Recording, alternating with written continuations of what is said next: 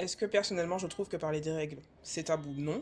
Est-ce que parler des règles, c'est encore un tabou aujourd'hui en Martinique?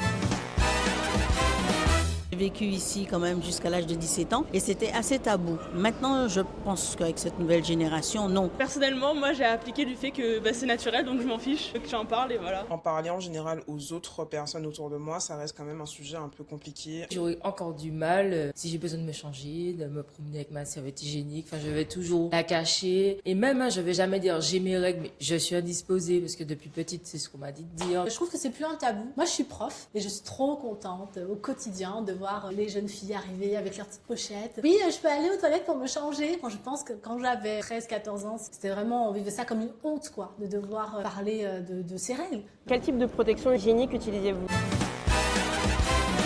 Dans ma jeunesse, j'ai utilisé des protections réutilisables. C'était une serviette en coton qu'on lavait, qu'on séchait et qu'on réutilisait.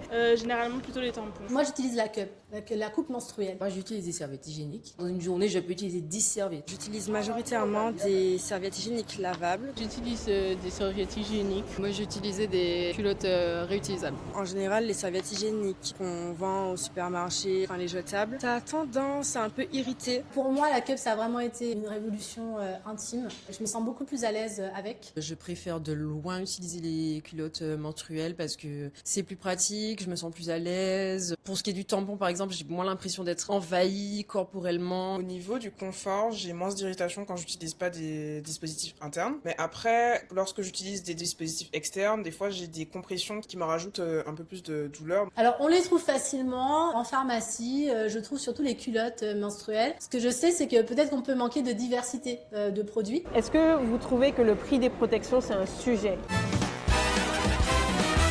Moi, je trouve que c'est assez cher aussi quand même. Si à la fin, jusqu'à ce qu'on soit ménopausé et qu'on fait le compte de tout ce qu'on avait acheté, je dirais qu'il y a quand même une blinde. C'est clairement un sujet, ça coûte cher. Même les culottes, ça coûte cher, même si c'est vrai que c'est un investissement sur des années. Le prix peut freiner un peu l'acte d'achat. Dans certains endroits, les capotes, elles sont gratuites. Alors que c'est un choix de se protéger. Alors que nous, les règles, on est obligés. Je ne comprends pas pourquoi on doit payer pour un truc qui vient chaque mois.